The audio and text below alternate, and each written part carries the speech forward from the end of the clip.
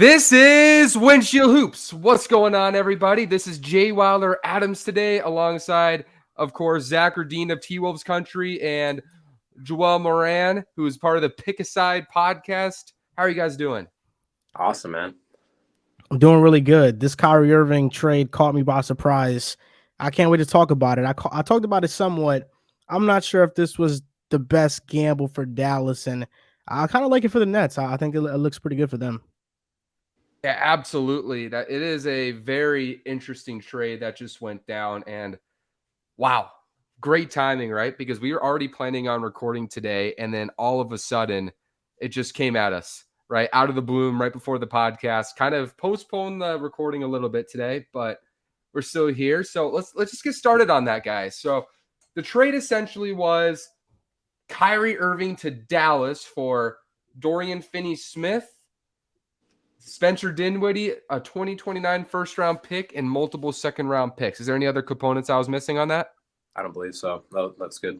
Markieff Morris to the Mavericks. Oh, he was still too. I didn't see that.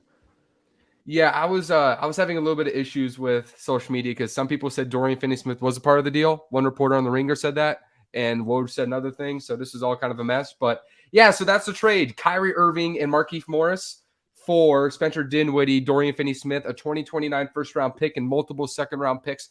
Joel, you had an opinion against Dallas in this situation. You want to start out? I did, because it was the same reasoning behind why I didn't think the Mavericks should have went out for a guy like Zach LaVine. And that's because you look at Zach LaVine's injury history, it's not favorable to what Dallas wants and the reliability aspect of it. Kyrie Irving has an injury history. He hasn't had a memorable playoff moment since 2016. And it's not like the Mavericks traded much, so this wasn't a all-in move. But if this doesn't work out and Kyrie Irving ends up disgruntled and leaves in the offseason, you now lost your best wing defender in Dorian Finney-Smith. You lost a 20-point per game point guard in Dinwiddie, who ultimately you gave the starting spot to after you lost Jalen Brunson in free agency. And now it leaves Luka in a literal wasteland. Now he was on, like, I feel like before this trade, before this trade, Luka Doncic was in the middle of an ocean, but there was help on the way. There was like a lifeboat on the way. If Kyrie Irving leaves Dallas after this offseason, Luka's in a legitimate wasteland. And I think the next step is that he's going to request out of Dallas. But of course, the ceiling with Kyrie and Luka is a championship if they can surround them with the right parts. If the Mavericks' next move is to go out and trade multiple first-round picks for a player like OG Anunoby, because they have the 27th rated defensive rating this season right now, if they can improve that defense and build around these two, the ceiling is a championship. But with Kyrie Irving, there's just so many question marks. And if he couldn't get it done with Kevin Durant, it makes it unlikely that it would happen with Luka Doncic. Zach? I mean, obviously this answers the big question mark of, finally getting, another star next to Luka. And I think Kyrie's an okay fit right away off the bat. I mean, Kyrie has had a lot of experience in the past playing next to extreme ball dominant players. You got LeBron James, you got Kevin Durant, you got James Harden. He's used to playing next to guys that command a ton of on-ball opportunity.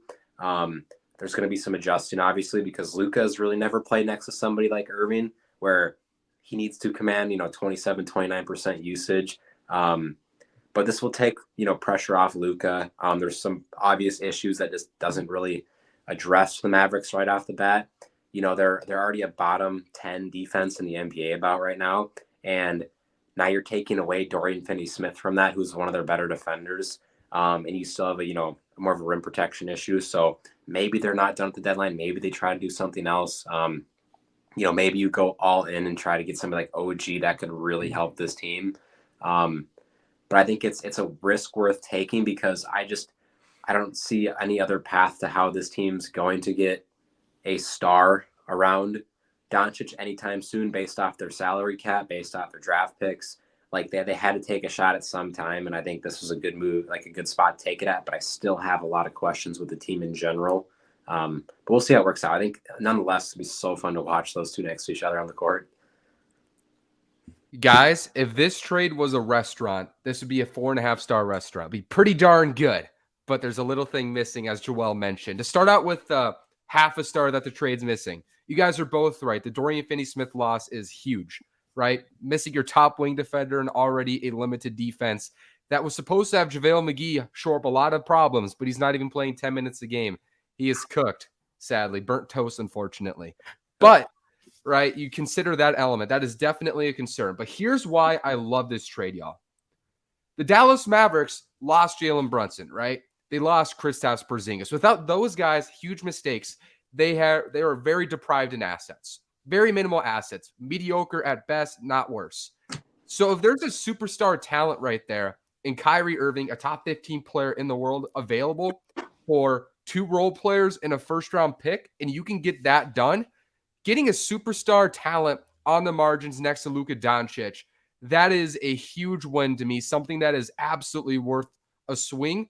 And, you talked about Zach LaVine, Joel. I agree mostly, but then you also consider the knee things he deals with, right? He's on a long-term but crazy expensive contract, and he's certainly a step or two behind Kyrie Irving, right? So when you consider the balance of those two, like which direction you lean toward, I would have leaned toward Kyrie Irving as well if I were Dallas. And the thing with Kyrie Irving, the reason why he left Brooklyn was because he wasn't getting paid there. If you're Dallas, this trade tells me you're willing to give him his money right away. So if Dallas is able to get Kyrie Irving's money and get him on a long-term contract, it's a major win. And on Kyrie Irving's side, why wouldn't you sign that money, right? Dallas is desperate. They need a star. Why would they say no to you at this point? They've already made enough mistakes in that regard. So getting Kyrie in that situation, it just feels like a match made in heaven situationally. Dallas getting a star on the margins. Kyrie Irving, he's going to get his money. You got the Dallas taxes, right? So that's pretty nice. So you get even more of that money than like in LA. And also, last element, Kyrie Irving had an elite 6'8" playmaking all-time talent in LeBron James. Now he's playing next to Luka Doncic. Not the same players. Obviously, Luka's a step behind of LeBron, but I think offensively, Kyrie is going to be able to figure it out next to him in a very similar role to Cleveland. So I'm a fan of the trade. Yeah, I think it's a win for them. And it's a swing that, like you mentioned, you had to make because you look at the 2023 offseason, there's a variety of good players, but there's no superstar player you can sign and feel comfortable with. The best one on the market is Chris Middleton, and given his injury history, you're not sure how much you really want to invest into him. Kyrie Irving's the best answer, and given his history with Nico Harrison, the general manager, because of their ties with Nike, given that Jason Kidd wanted this trade to happen, this puts the Mavericks in a great position if they can somewhat gauge where Kyrie Irving head is at in terms of re-signing. I think they will re-sign him long term. I think he will be a Maverick, and at this point, they just got to hope that he stays healthy and he shows up when they need him to show up. Great point, Zach. Yeah, it's definitely a swing that I like for them. My big question right now is what the heck is going on with Kevin Durant? What's going on in that dude's head right now? Like, I mean, what are the odds that he's in Brooklyn to start next year? I don't think it can be very high. That's just a crazy experiment that kind of failed though for Brooklyn. You have Kyrie and Durant. They ended up playing only 74 career games together and then went 47 and 27 in those games. It was just a question of, are they going to be on the court together? And they really could not figure that out. I think that Nets team's a playoff team, and I do like what the package they got. I think this is a really good package they got back. And you guys have any thoughts on this package for the Nets? It was really great. I thought it was one of the better ones they could have gotten. Spencer Dinwiddie, who he's not Kyrie Irving by no means necessary, but defensively he's better. He's 6'6". He's a switchable defender that fits right into Brooklyn's scheme, and he can give you 18 to 21 points per game a night. And this is not the Dinwiddie Brooklyn once had. Dinwiddie, when he was first in Brooklyn, was still finding a consistent jump shot. This year, he's having the best shooting season of his entire career. So he can replace 20 a game with the Kyrie loss. And Dorian Finney-Smith, something Brooklyn was lacking was a wing defender who can hit shots, who can be put on the opposing team's best player. That's Dorian Finney-Smith. Now, if you have a lineup of Dinwiddie, Royce O'Neal, Finney-Smith, Kevin Durant, and Nick Claxton, that's a great defensive lineup, top 5 defense for sure. And off the bench, I would have Ben Simmons come off the bench and have a total 5-out lineup going on with Joe Harris, Yuta, Seth Curry, Ben, TJ Warren, and just try. Hopefully, Ben Simmons becomes more aggressive. But I don't think the Nets are done. I think they're going to make one more move. Yeah, I think you guys are both right in this situation. I think when I look at Brooklyn, it's just so funny to think about where this team was a year ago, because we were talking like, okay, this team is so deep in scoring, right, but so shallow defensively. And this roster feels like it's completely turned over. Bringing in Ben Simmons, obviously he's in that Ben Wallace stage right now where he's like, don't give me the ball, just don't give me the basketball. So that is one funny thing about that. Very disappointing, but you guys talked about it, right? They also brought in Royce O'Neal last summer, and he's maybe having the best year of his career for Brooklyn right now. He has been fantastic. And you have Finney Smith, you have O'Neal. O'Neal is kind of your Swiss Army knife. Finney Smith, who can hit shots and defend. And then, Ben Simmons, you got Nicholas Claxton. This is just Kevin Durant's having one of his best defensive seasons. This is a very deep defense that was already top 8 in defensive rating this year. And now they're probably going to push toward the top 6. Also, Dinwiddie, when he was in Brooklyn, was a really good defender. So that's another guy who's going to come in and, give a crap about defense. So this Brooklyn defense is deeper. And now it's going to come down to, like, does this team have enough firepower, right? Like, TJ Warren this year has not been healthy, and he has not looked the same, quite frankly. Joe Harris, Seth Curry, similar stories. These are guys who are supposed to be your, kind of your fire pudge offensively off the bench. So now the next question is Dinwiddie, is Finney Smith, O'Neal, Harris, Curry, et cetera, is that enough offensively around Brooklyn? And is this enough high-end talent to compete against the Jason Tatums and the Jaylen Browns and the Giannis's and Holidays, right? Does Brooklyn have enough high-end talent and offensive firepower to compete at the highest level? Absolutely not. They don't. I think now they become the 4th best team in the Eastern Conference. I still put them above Cleveland because they got better defensively. Milwaukee's better. Boston's better. Philadelphia's better. But I will say it's not a cakewalk either. Kevin Durant showed that he can take a championship team to 7 games with nobody around him. So given that he has help and it fits right to how he plays and it helps his game with the spacing, I'd say that I'd still give them a chance. I think they still have a chance. But the thing that sucks about this is that currently there's no star they can get to replace Kyrie. Maybe they can go out and get Bojan Bogdanovic or an OG Anunoby, but those guys aren't Kyrie. So the only roster improvements they can make are guys that are great players, but they're not going to move the needle when you look at star power. But if the Nets are great defensively, KD's going to will this team to a top 10 offense. It doesn't matter. If they're a top 10 offense, top 10 defense, they can still have a chance in the playoffs. Yeah, as long as you have Kevin Durant, you're going to be a playoff team. This is definitely a team that's still going to be a massive threat to win a playoff series and then, maybe go beyond that. But the question is, what can Dinwiddie do as that second option? I'm going to hope that Cam Thomas can, kind of come through with hopefully this new role that he might be given. I think he's been doing really solid recently, and he's going to be my stock riser later. Why are you revealing that right now, bro? But I think he's definitely a player that this team in the future, like, they need him to hit because of some of the draft picks they've traded away, and they don't have a ton of young talent on the roster right now. But yeah, I do have questions, with Dinwiddie being the second best option on the team overall. But I think when you have somebody like Kevin Durant, those concerns can kind of dwindle over a little bit. Yeah, it's going to be incredibly interesting. Does Dallas have enough defense? And Brooklyn, opposite question. Does Brooklyn have enough firepower to go deep in the playoffs? And let's just shift to our next topic, fellas. As we do every single week, stock risers of the week, young players, to remind everybody the definition of this topic. Basically, we each pick a candidate for a young player who we see stock rising right now, who's playing well recently, and somebody you're buying into a little more in the grand scheme. And you guys, the followers, have an opportunity to vote on the winners for this week via polls on Instagram and Twitter. Last week, my candidate was Nicholas Claxton. Zach's, your candidate was Anthony Edwards, and Anthony Edwards was stock riser of the week last week.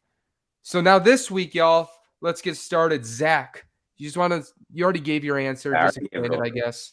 Well, yeah, I'm going. It's kind of like a projection of stock, as well as I feel like he's been playing well recently as well. I mean, obviously he just dropped 44, whatever it was last night. But it's Cam Thomas. He's somebody I'm definitely, buying stock in right now. I think some opportunities will open, obviously, when you lose something like Kyrie on that team. Obviously, Price, Winargard, and Dinwiddie. But I think this Brooklyn Nets team really needs more development from him. And I hope they can give him more playing time. He seemed to have earned it recently. I think he can be a big shot maker for them and can answer some offensive questions, especially off the bench. But I'm really buying into what he can do as a player. And I mean, he's shooting 40% from three on the season. He's been efficient all year, basically. And it's just a matter of, when is he going to consistently get playing time? My stock riser of the week. And I don't know if there's an age limit on what this segment is, but I'm going to go with Mikal Bridges. Mikal Bridges is somebody that I think his offensive game has been slept on this season. He's improved tremendously in the mid-range and getting to the basket. He's always been a great cutter and a great spot-up shooter. And in the last couple of games, 24 points, 25 points, 23 points, 29 points, 25 points. He's averaging a career high 17 a game, 4 rebounds, career high and assists at 3.6. Mikal Bridges is somebody that continues to improve. And with his trajectory, I kind of see like a Chris Middleton-like trajectory for him. I wouldn't put it past him to improve to a 20-point per game score at some point in his career. I think he's really improved and he deserves a lot of praise. Yeah, that's a great pick. I mean, with Phoenix, we're questioning, like, does Phoenix have enough around Devin Booker? And Mikal Bridges, while it's not the answer, him pushing it to 17 a game and being effective offensively, keeping this team afloat as a recent, is certainly encouraging. My pick this week, I had a few options. I thought about a couple Cavs players, but I'm going to go give this guy credit, Jonathan Kuminga of the Golden State Warriors. His last 10 games, he's shooting 55% from three. And a part of that is nobody's contesting him whatsoever from three. I swear. When I'm watching his three-point shooting highlights, like, I'm as close to Jonathan Kuminga defensively as the defenders are. And he's just getting the time of the day. But even so, the fact that he's making those shots, I think is going to open up so much, because now defenses, if he keeps this up for a few more games, are going to at least semi-commit to it. And that opens up driving. That opens up some playmaking opportunities. Hopefully he shows a little more of that, relative to like what he showed in the G League. So I think his offensive game is bound to open up a little bit. He's averaging over 10 points a game, 12.8 points a game since coming back from injury his last 8 games. So his offense is coming along. And while Stephen Curry is out, his production is going to be extra critical. But he's only 19 years old still. He is so young, and his upside still very high. So, got to give him credit, because I think this shooting could open up his game if he continues. I agree. I think that the Cam Thomas pick was an excellent pick. He just needs an opportunity. And with your player right there, with Jonathan Kuminga, Steph Curry with that leg injury, serious. And, that it's unfortunate for Golden State. They can drop in the standings, but they're going to need his production big time if they want to stay afloat in the West. Got any last words, Zach? I was close to picking Jonathan Kuminga for that pick. I've really been a fan of what he's been doing recently. I think he's obviously, with this Warriors core, how many more years they have left is obviously the biggest question. Curry's getting older, even though he's not really showing signs of progression.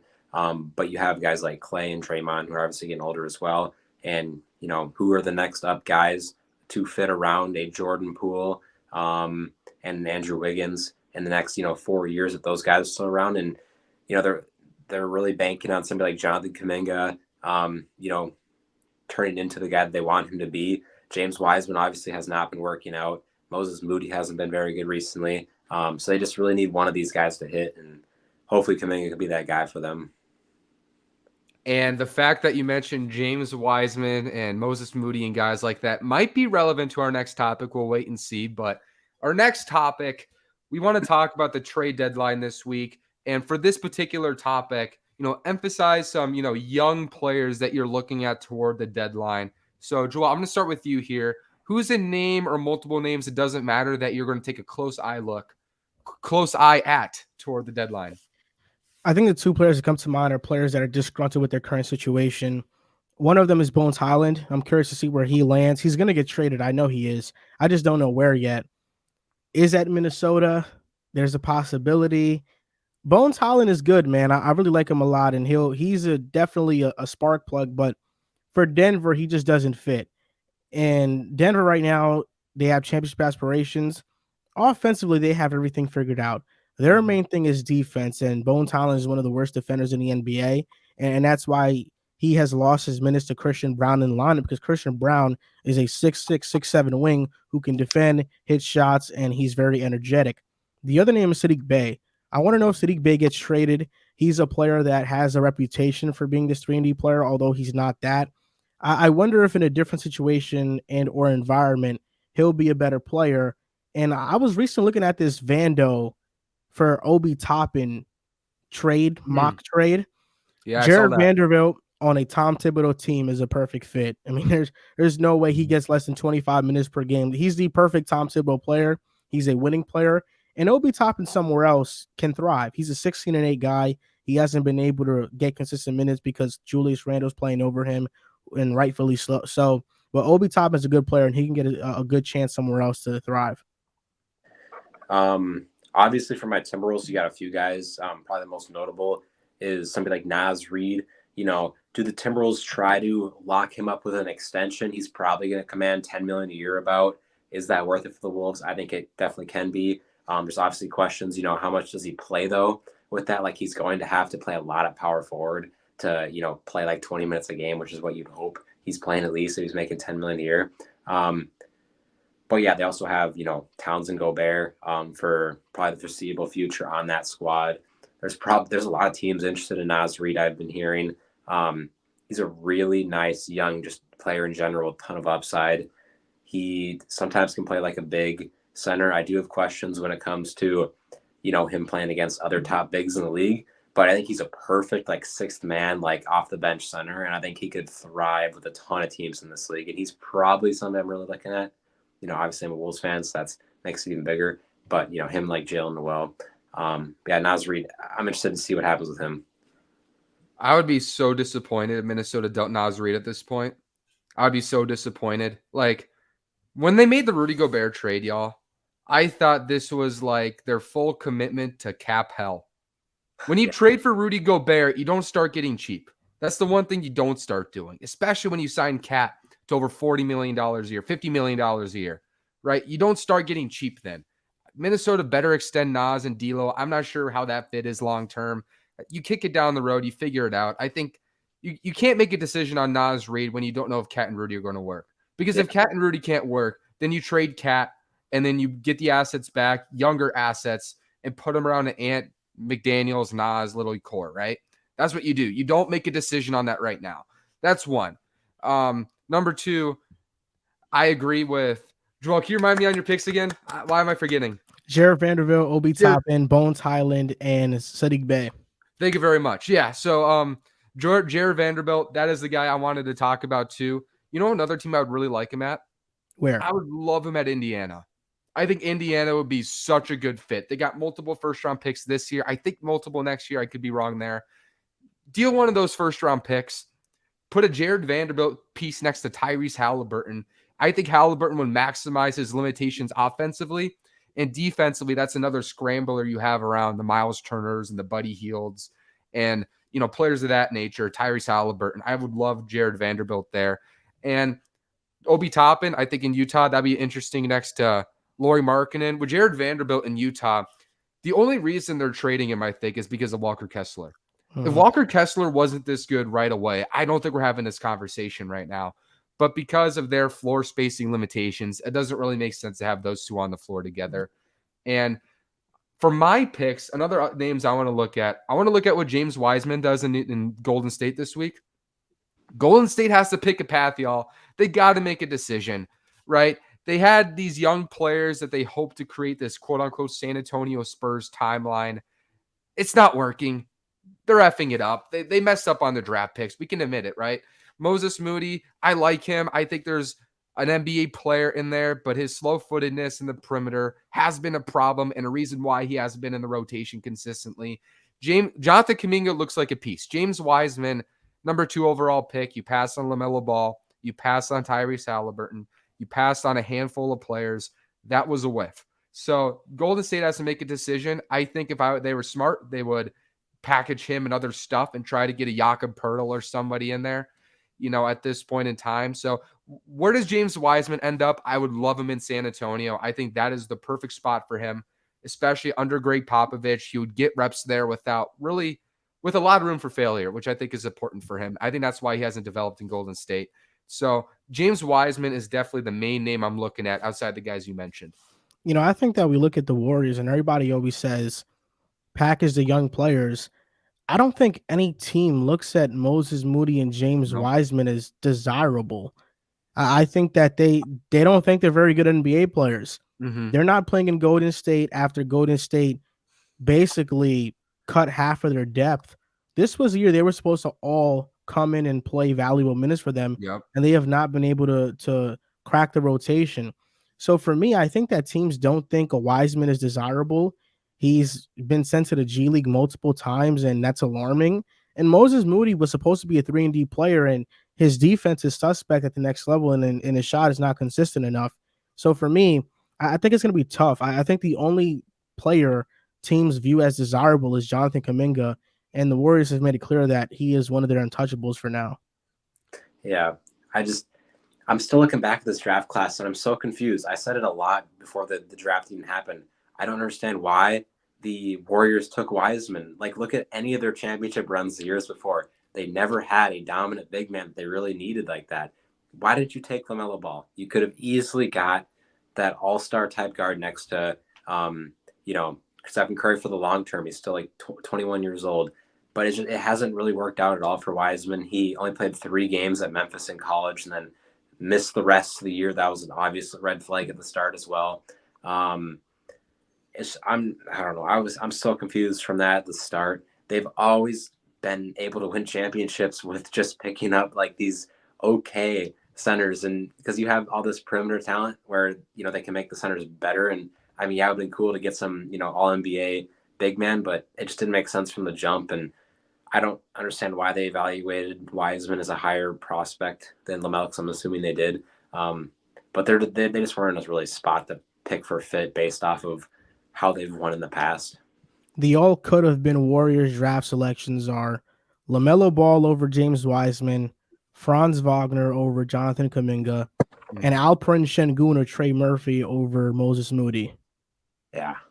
It's that's a great point, Joel, because that's what's amazing, right? I thought those draft picks was the Golden State Warriors almost feeling themselves because they knew these kids are raw. They're not stupid. They knew these kids were raw. They knew these kids needed maturity, but they thought they were so confident that they could implement their skills, their culture into these kids, into these freak athletes and make them like in these crazy, well-rounded monsters, right? That was what those picks were about. They thought they could implement what LaMelo Ball and Franz Wagner had into freaks and Kuminga and Wiseman, right? That is their mistake. That is their mistake. So crazy looking back because that's where the Warriors messed up. They didn't lean into what made them great. They were taking high skill, high IQ players. When you look at Draymond Green, Klay Thompson, Steph Curry, obvious, right? Those guys were not known to be freak athletes coming into the NBA. And it's interesting that they didn't consider that element when drafting these kids. They thought it was their culture. And I think that is a tough lesson the Warriors had to make. And you talked about it. I don't think Wiseman and those guys are super desirable as well. Crazy how we went from talking 2 years ago about like, can they trade for Joel Embiid for the number 2 pick, right? And then it turned into, well, could they get Miles Turner? And now it's like, who wants them? 2-3 into the third year. I still think if they package something on top of Wiseman, maybe a first-round pick and something else, they can still get a, Jakob Poeltl, but that's the ceiling to it, which is really disappointing considering that context. Yeah, that's true. You guys ready for next topic? What's the next topic? Pelicans. Panic moves for the Pelicans, possibly. They beat the Lakers last night. But before that, they were in the double digits losing streak. They were the 11th seed before yesterday's win. So they've fallen off. Like, I don't think anybody's noticed it. I've seen in my group chats, like people are like, they're still like the 4th seed, right? Nope. They're right at the bottom of the plan. So what do you guys think? Is this a stay patient? Just they're hurt, which I think we all agree on. It's just because they're hurt. Or is this like a time to panic and add some contributors? Joel, you start. No, I don't think it's a time to panic because Zion is out. When Zion was healthy, they were the 1st seed in the Western Conference. And I think one thing about the Pelicans is that health is always going to be a major issue for them and something they have to get over. But this might not be worst case scenario, given that if they fall enough in the standings, they have the Lakers pick already. They could get a top pick in this loaded draft. I don't think they'll fall that far. One thing I do think that they need is a point guard. I like CJ McCollum. He's a valuable scorer. He's improved as a playmaker, but I don't think he's a distributor. I think the Pelicans need a player like a Chris Paul, a floor general, Ricky Rubio, someone who could get everybody into the spots and not take the load and not have such a huge load scoring. I feel like with CJ, him having to defer to BI to Zion takes away from his game. And then when he starts to go, it takes away from their game. So CJ, I don't think is the most perfect fit. And defensively, he's not the most perfect fit. But this Pelicans roster is really good top to bottom. They're really talented. And a lot of these games have been close losses that they've lost. But that's the Western Conference now. Every game is going to come down to a couple baskets, it's going to come down to the wire, and you have to be able to win those tough ones. Yeah, I mean, they just hit their bottom point of the season. I think they should probably stay pat. I mean, they had injuries. I mean, even when they had guys healthy, they were still losing. It was a really weird stretch in general. That 10-game losing streak. They finally ended against the Lakers. Because why wouldn't they end it against the Lakers? But yeah, I would stay pat. This team has a lot of talent. I don't think this is really a championship year for them right now.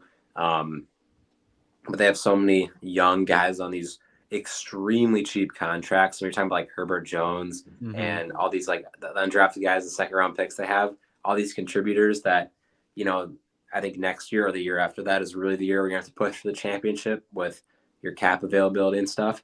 But right now I'd probably, if they make a move, it's going to be minor. It's not going to be like we're trading like CJ McCollum for something. But they got the talent to win in the West right now. I don't know if they come out of the West, but they definitely got, the opportunity to win a series this year, which is cool for them. I think what makes this situation really interesting is the draft capital element, right? Like, I'm not sure the exact number they have over the years, but I'll tell you this. They got one this year. They got up to 3 next year. They got multiple firsts in 2025. You go forward to 2026. They got multiple first-round picks. This team is loaded in draft capital, and New Orleans has to figure out when is the time to push the chips forward. This year would make some sense if the right guy is available, because in the Western Conference, it is so wide open for now.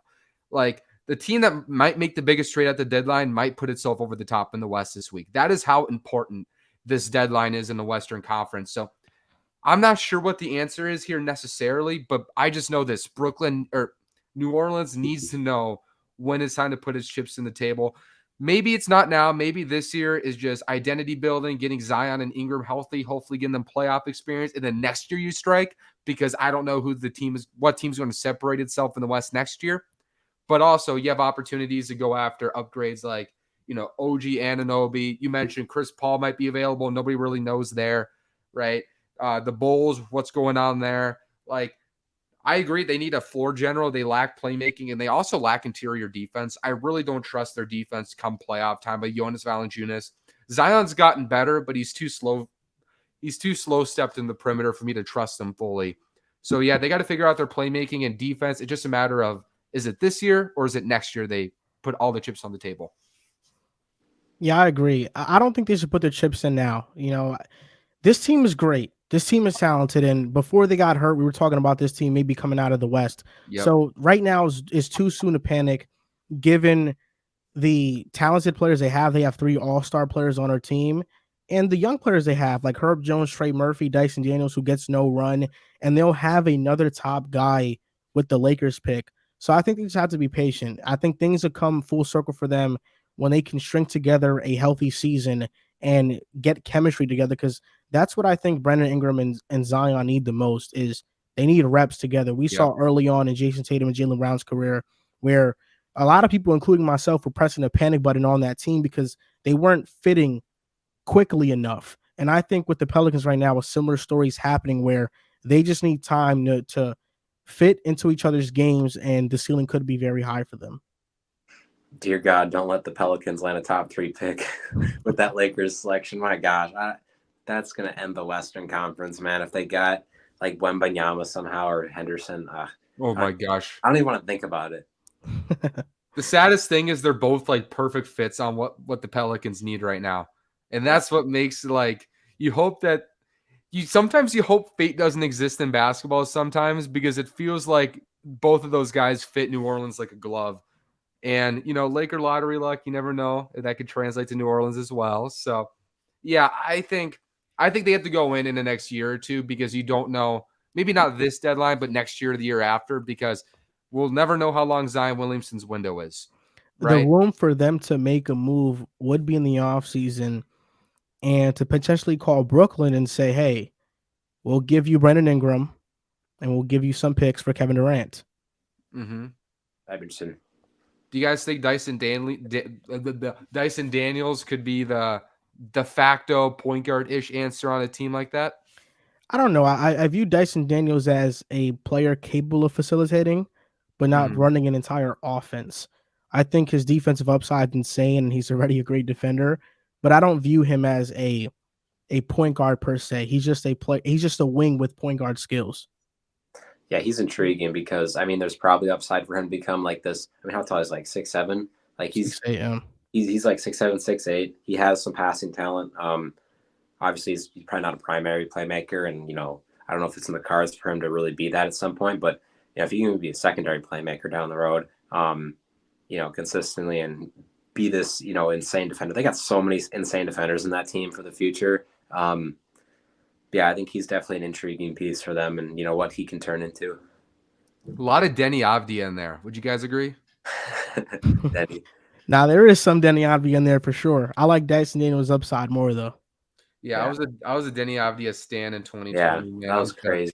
I'm cooked. Our agendas were so nasty. Oh they my were God. so nasty. I don't But want to talk about him.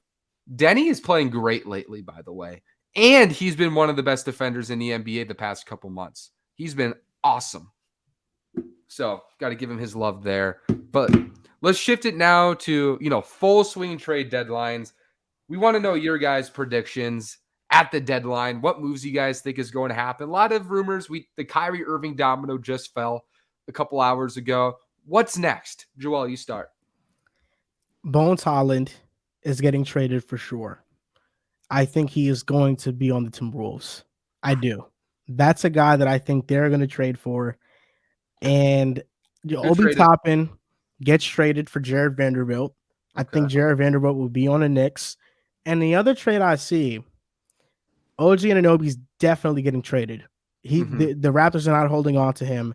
And the two teams it's going to be to are either the Mavericks or the Knicks. Love it. I cooked up this trade last night. This does involve Jared Vanderbilt going to the Knicks. So I have the New York Knicks acquiring Malik Beasley and Jared Vanderbilt for the Dallas 2023 lottery protected first round draft pick Derrick Rose and Cam Reddish. I think the Knicks need that shooting from Beasley. They ranked 25th on clean the glass 3-point shooting. I think Vanderbilt, like you were saying earlier, he's so perfect in that Thibs system. I think he's like Thibs. He'll be like his favorite player instantly, I feel like. And he's on a really cheap contract for this year, next year. But the Knicks get to dump Derrick Rose's money. No more Reddish for them as well. And then for the Jazz, you get a solid first round pick that's probably somewhere in the 20s. You get a Cam Reddish that you can develop, and you keep the rebuild going. Thibs. Who says Thibs? Me. It's Tibbs. Oh, what's the matter with you? Tibbs. What's the matter with you, bro? You're a Wolf. He was your coach, bro. What's the matter with you? I always call him Thibs for some reason. Gosh. Okay, everybody, we need to cancel T-Wolves country. We got to completely get this account banned. That is disgusting. I was at his last game as a Timberwolves head coach. Then he got fired on the way home. Boo! I remember that game. Everybody was booing the hell out of him. We won that game too. It was Lakers. Yeah. I remember where I was that game. I was watching it in a random restaurant in Fargo, North Dakota, of all places. I remember that game because I remember coming home and I'm like, oh my gosh, it finally happened. Yeah. And now Joel is actually getting the solid end of Tom Thibodeau in the regular season. He's a really good regular season coach. I'm curious to know your guys' opinion of Tom Thibodeau and the ending of his Minnesota tenure. I feel like he just wasn't the coach for us. I don't think he was creative enough offensively. I think he specifically held somebody like Karl Anthony Towns back because he wanted Cat to be this back to the basket big when he's got I think he's the best shooting center of all time. And he really unlocked that. I mean, the one thing I think somebody like Ryan Saunders for is he let Cat shoot the ball from 3-point arc, because you look at his numbers with Thibodeau, he was shooting like just over 3 attempts per game, but he's hitting 40% of his threes. And it's pretty clear that he should have been shooting the ball there more. And then boom, next year you get Ryan Saunders and he's shooting over 7 attempts per game on 41% from 3. Like, you're really unlocking our, thing of, ability for Cat. And I don't know if Thibodeau was really the right guy to develop young talent, because he usually just plays his best players and drains them out, it seems like, and doesn't really give a crap about, oh, we got this like 21-year-old that we could maybe play off the bench a little bit. You might hurt us a little bit, but we need to develop him. And the Wolves really needed some of that because they weren't a playoff team, but he wasn't really willing to do that. I don't think he was the right guy for us. I think Tom Thibodeau is the definition of a good but not great coach, because what he does well, he does very well. He tends to figure out what teams lack defensively. He figures that out. He plays his way, and he wins a lot of regular season games as a result. What does hold him back a little bit is, one, like Zach said, he doesn't tend to prefer developing young players. He's not very patient with young players. And in big games, people learn he is very stubborn in terms of halftime adjustments, in terms of, zagging when other teams are zigging, right? He sticks in his way, and his way works a lot. But when it doesn't work, he doesn't know how to pivot. And that is the difference between good and great coaches in the playoffs. It's a game of chess, right? You can't keep your chip right there in the same spot, right? But he keeps it at the same spot all the time. So that is my problem with Tibbs, his unwillingness to adjust. And I think that his terrible GM ability hurts him more in Minnesota than his coaching, because the Butler trade is what it is. I was fine with the trade. But the fact that Butler demanded a trade and he held on to him when he was getting really good offers, like rumors came out that Houston offered Eric Gordon in a hand. Oh, very sorry. Sorry, somebody called me. Sorry, my fault there. So what was I saying? Oh, yeah. So there's a rumor that Jimmy Butler was going to go to Houston for like Eric Gordon and like a handful of first-round picks. And instead, it turns into Robert Covington and Dario Saric. Like, those trades are what hold you back 5-10 years. Like, that right there is far worse than the Rudy Gobert trade. The fact that someone offered you five Houston first-round picks when that thing probably would have fizzed out by now, right? You hold on to him for that. The Rockets would have won a championship. They would have, right? It might have been a great trade for both teams. Man, I wish, man. Butler, CP3, Harden, man. Oh, my goodness. I hate Tibbs just for that, then not getting Harden the championship. Yeah, so that was the problem. His limitations as a coach and the GM decision-making. Those are big problems. The Timberwolves didn't work, and he didn't know how to pivot out of it, which is kind of a theme also of his coaching career. Yeah, that's true. Fun fact, my friend, one of my family friends is like best friends with Tom Thibodeau. Like best friends with him. Mm-hmm. Like he got front row, like pretty much front row season tickets and courtesy of Tom Thibodeau every year. Wow. For free. Didn't pay a dime for it. So interesting connection there. But anything else for that topic? No, I'm all good on that one. Sweet. So wait, did I make my trade line predictions? I don't think I made mine. No. Okay. We were just missing the topic itself. So for my trade deadline predictions, here I'm going to give you guys one because you guys talked about a lot of them. I think 3 of these, this is a hot take, 3 of these 4 at least between Gary Trent, Fred VanVleet, Pascal Siakam, OG Anunoby are traded. I think 3 of them are traded at the deadline. All 3. Huh? So all 3 of those players. 3 of the 4. Okay. So you think Siakam's on the move? I one of OG and Siakam are, and I think Fred and Gary are gone. Yeah, I think Gary. I think the likely ones of those guys are Gary and OG. Fred is interesting because you kind of see how the Raptors have been playing. You see Siakam deferring. I think of the last 10 games, he's only had over like 24.5 points twice. Mm-hmm. And Fred VanVleet recently has been averaging 24 a game in the last 10. And it feels like they're using him to kind of bump up that trade value that he lost with his slow start in the season. It's interesting. Yeah, like Masai, like he's a smart guy, y'all. He knows this core doesn't have championship upside. So of him, of all people, was seeing what Sam Presti did, seeing what who's the other guy? Danny Age did, right? Like, I don't think he's gonna be the one to hold on to his assets too long. I think he's gonna try to let go of them. I don't think he wants to extend Fred. I think he's gone. I think he can get a lot for Gary. He's gone. And OG is probably I like OG a lot, but considering his injury history and his ceiling offensively, he's probably the most overvalued asset in the trade market right now. So I just don't see him not maximizing those assets and trying to get in the top 5 in this draft and pivot towards Scotty Barnes. I agree. I think it's time for them to rebuild and blow it up. And it's a tough thing, you know, because they can rebuild and get a ton of picks for these players, or you're probably going to get a top pick anyway because they're not playing well. You can keep this core and add a top 3 pick to this core, a top 5 pick to this core. Gosh. So it's interesting. And that's why I think it hasn't been an easy decision for Toronto, because they have been a franchise that is always competitive. Even if they don't win championships like the DeRozan and Lowry years, they're always competitive. So it's hard for them to just kind of go into a full reset mode. That's something that they haven't done since early 2010. Mm-hmm. Yeah, I remember seeing reports that they were kind of like, they wanted, they preferred like young talent over like draft picks. And, they're kind of like them and the Pacers. I feel like the teams that would do that because they always want to stay relevant in some sense. But yeah, they could probably try to pull off a quicker rebuild than most teams. Just fill a bunch of young talent around somebody like Scotty Barnes. Obviously, you're probably not trying to run all 4 of those guys, so you're still going to have some talent on the roster.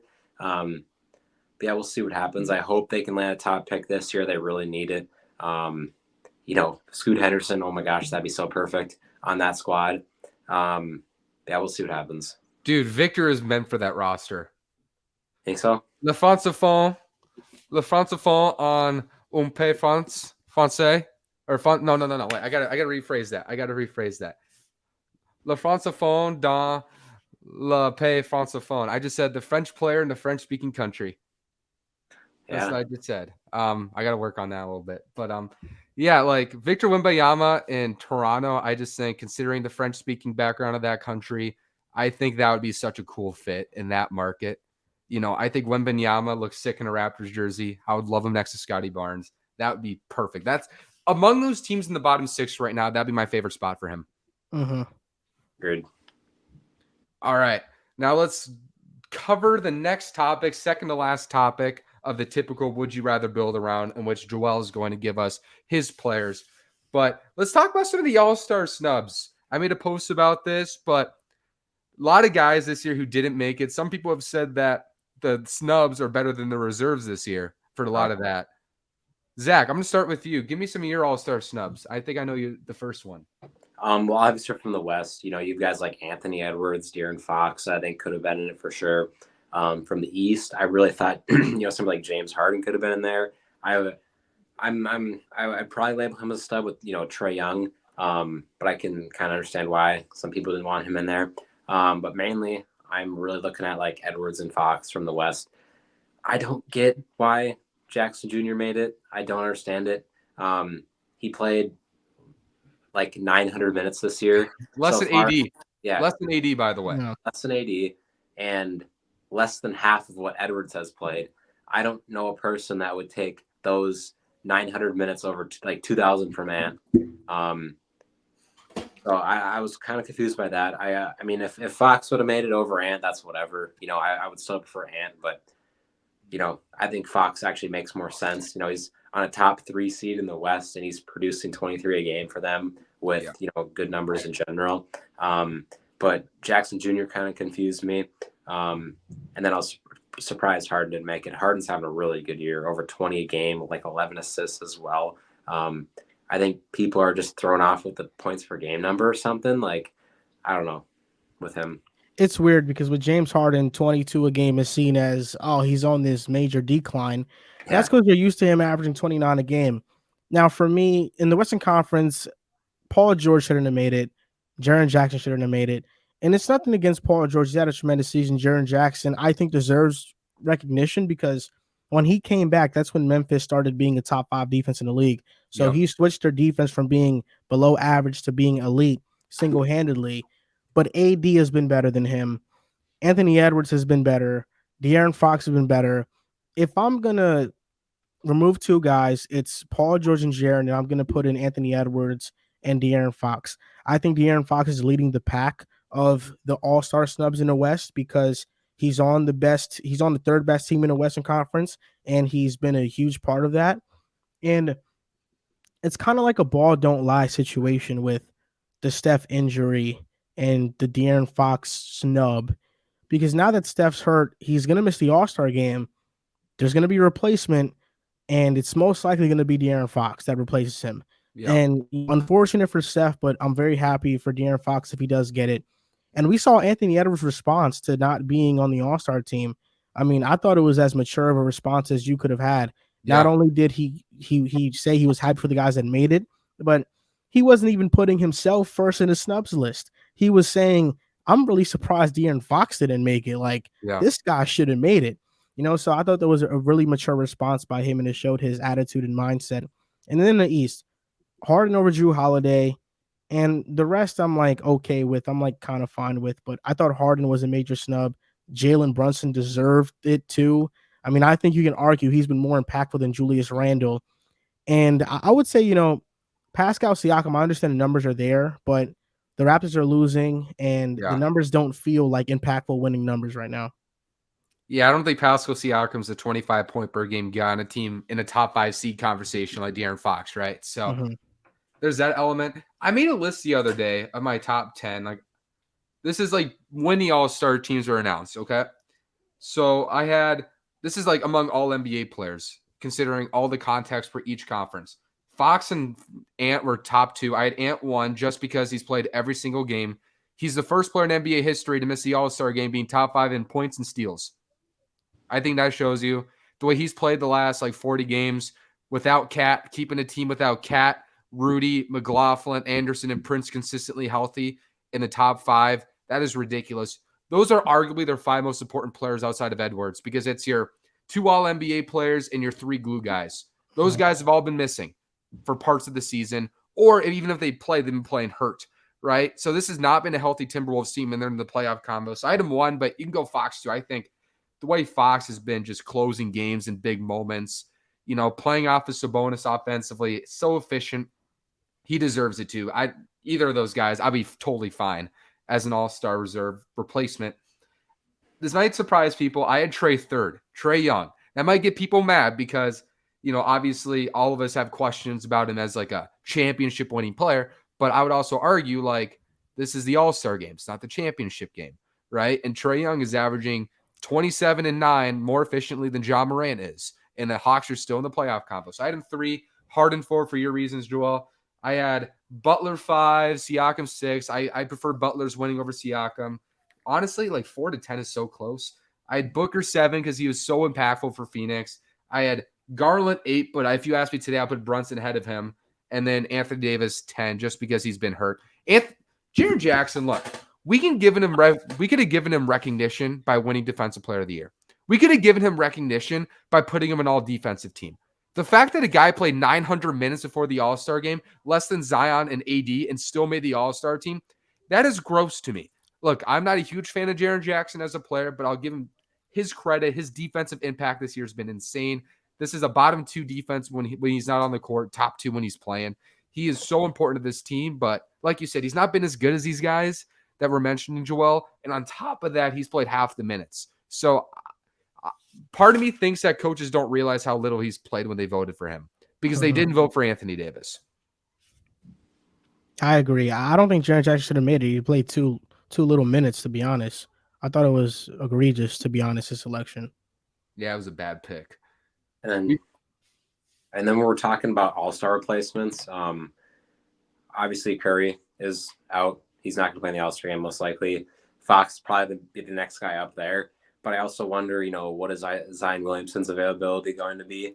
And does he need a replacement? If so, then I think Ant also gets in. Or AD. Yeah, I really hope it's Ant. It better be Ant, man. How does that work? Because he's a starter, right? So that means a forward has to replace him. They'd have to move somebody up in the starting lineup, and then they'd probably move Jaren Jackson Jr. up from the wild card, I'd assume, and then there'd be an open wild card spot. I don't know. That's how I think that's what I want to think is going to happen. Do you know how that works, Joel? What works? I always get really confused with how they arrange rosters. First of all, just get rid of positions. It's a pickup game. Nobody cares. So how they arrange it is you have 3 guards, 2 front court players. Yep. On both the stars and reserves, and then the And then 2 last wild 2 cards. are wild cards. Yeah. Yeah, what I'm saying though is like because he mentioned it, right? If AD or if Zion is not playing the All-Star game, then a forward has to replace him, right? Because he's not a wild card player. Yeah. So that would be Jaren Jackson Jr. or Domantas Sabonis that replace him in the starting lineup. I think that given the injuries, De'Aaron Fox and Anthony Davis will be injury replacements. I just don't know how they do it like when a front court player gets hurt, because I agree they're going to put a forward in the starting lineup, but then is there going to be a forward that's going to be replaced to fill that void on the bench? That's what I'm curious about. I think it'll be Davis. Yeah, that's what I'm thinking. Yeah, I think it's going to be Anthony Davis. Yeah. Don't worry, man. Ant's going to be on a revenge tour second half of the year. Last topic of the show, who would you rather build around? We do this every week. I think Joel wants to do a little unique twist to this one, he said. So I am curious to see what he does with this. Joel, here's the floor. So the first one, I'm going to go with Anthony Edwards versus John Morant. All right. Should I go first or Zach, you go first? I'll go first. And okay. we don't have to talk about the news today as much, but so no bias involved. Yeah, there's going to be bias involved too for me here. But like I would like if I was an NBA GM and I was in the room right now and I had to choose between those 2 guys, I would probably take Edwards because I trust him a lot more when it comes to health down the road. I trust his character a lot more. I trust his leadership a lot more. I trust him off the court more. I think he's obviously a much better defender. I think he's probably closer to Morant right now than most people think he is. Because of that 2-way ability he brings to his game. And I think with his frame, his upside can be higher as a player too. So I'm probably going to go with Anthony Edwards on that one. Edwards, no brainer for the same reasons he said. But on top of that, I just want to add this element. Anthony Edwards' body is built for the playoffs. It's built for the playoffs. It's built to withstand contact. John Moran has not played a single season over 67 games. He has not played over 67 games in the season yet in his career. You know, Anthony Edwards leads the NBA minutes this year, and he played every game as a rookie, right? Like, his body, how stout and strong he is, and like considering his 3-point shooting, I think his game's a little harder to take away in the playoffs. Like, John Moran can abuse small ball, but when he's playing against big teams, I question that a little bit. And he's also a year younger. He's actually the same age John Morant was in his second year. So for that context, Ja was averaging 19 and 7 his second year at 21 years old. Ant's 21, averaging 25, 6 and 5. So yeah, I trust his durability, I trust his character, and I trust his 3-level scoring more. I'm gonna go with Anthony Edwards too. I just think, I just like him better. I'll be honest. I like Anthony Edwards better. Next one is Cam Thomas versus Moses Moody. Oh, Cam for sure. Cam Thomas, my stock riser. I can't ditch him now. Yeah, I was actually a really big fan of Moses Moody coming out of college. From Arkansas, I was a big fan of him as a shot maker, especially from deep. But he hasn't converted as much as I've hoped for the Warriors. And I think Cam Thomas is in a really good position. He's poised to get hopefully more minutes and, hopefully step up in a role here. The Nets are going to need him. He just had a 40-point game too. So, people who like recency bias are obviously going to take him right away. But just in general, I like Cam Thomas as a talent more. This is a hard one, Joel. I because I question Moosey's shot creation and also quickness in the perimeter, which I think is important as a wing, right? I would probably lean Cam Thomas for the stuff that Moses Moody lacks. Like I just think that like high level shot makers who do nothing else are more common than people think. But Cam Thomas, the scoring flashes are really much there, and I can see him average 18 in the NBA someday. So I'll go Thomas. I'm going with Cam Thomas too. I think Moses Moody, he plateaus out as a 3-and-D player if he even reaches that. And I think Cam Thomas could be more valuable. I think he could be what we see Tyler Hero and Anthony Simons and Maxey currently are, those spark plug guys, and I think that's valuable. Next one is Anthony Simons versus Tyler Hero. Ooh. You'll go first, James? I'll go Tyler Hero. I trust the resume. I've seen him show up in big moments in the playoffs. I've seen him consistently over the 3 years, right? Like we're kind of seeing Simons fizz out a little bit after his really hot start to the season. But, I'm just going to take the sample size of Tyler Hero a little more, but that's a really close one. Yeah, I'll probably agree with you then too. I mean, he also got the bigger contract this offseason. Not that means too much, but yeah, we can't let the fake Ant win this one. He's Amp. He doesn't even have a T in his name, man. But yeah, I buy into Tyler Hero. I think he's just a little slightly over him. I think he's just such a talented shot maker, obviously for the Heat. He's done in the playoffs a little bit. I don't know when we're going to see Anthony Simons do really in the playoffs. I don't really see the path to Portland making, big playoff runs anytime soon compared to the Heat. But I buy into, Hero being one of the top players on a deep playoff team for a long time. Tyler Hero, I think, has become underrated, but I'm going to go with Anthony Simons. And I'm going to go with Anthony Simons because when you see the numbers he puts up without Damian Lillard, when he's the primary ball handler on the team, it's 27, it's 29 points per game. With Dame, he's averaging 19 to 21 because Dame has such a high usage. But I think Anthony Simons, the explosiveness, the shooting, I'm going to take that over Tyler Hero. I like your argument, and thank you for disagreeing because we haven't disagreed yet. We can't strike out every time. These are the last two. Trae Young versus Darius Garland. Geez. Like I have big concerns when it comes to some things about Trae Young. But I'm probably gonna go Trae Young. I mean, he's done it at an all NBA level already. I think he can be a league leading scorer. Obviously tons of defensive questions when it comes to him, but I think he can score 30 and average like 8 assists a game, most years of his career. Obviously that super weird shooting start to this year. He was shooting horribly from three. Don't know how much that's really picked up, but I have character concerns with him too, some coaching concerns, but I still buy into the talent because I think he can be a, 28 and 8 guy for, however long in his career, like 5 or 7 more years. I would like to say neither, but neither. Not because I dislike them as players. I just don't think they can be guys you build around. Yeah. I would say I'll spin it like this, okay? Trae Young is a better player. Trae Young has more talent than Darius Garland. Trae Young, on the other hand, though, I question blending in to a team as like a Kyrie to the Luka, right? Like I don't. His game is so ball dominant. He hasn't developed his off-ball play at all, which I hoped he would have next to DeJounte Murray a little bit. That baffles me a little bit. There's questions about his leadership. Darius Garland is the inferior player, but I love his game. I love his leadership. I think he's going to work next to Donovan Mitchell. I think his game can be next to other stars. So I would rather have Darius Garland on my basketball team. I'm going to go with Darius Garland. Trae Young is a high usage, inefficient guard. I know that you said he's doing it on better efficiency than Joel Moran, but that's because the free throw numbers inflated more. The free throw percentage inflated shooting, yep. Yeah, it inflates it more. I'm not a big fan of Trae Young. I think he's one of the worst defenders in the NBA.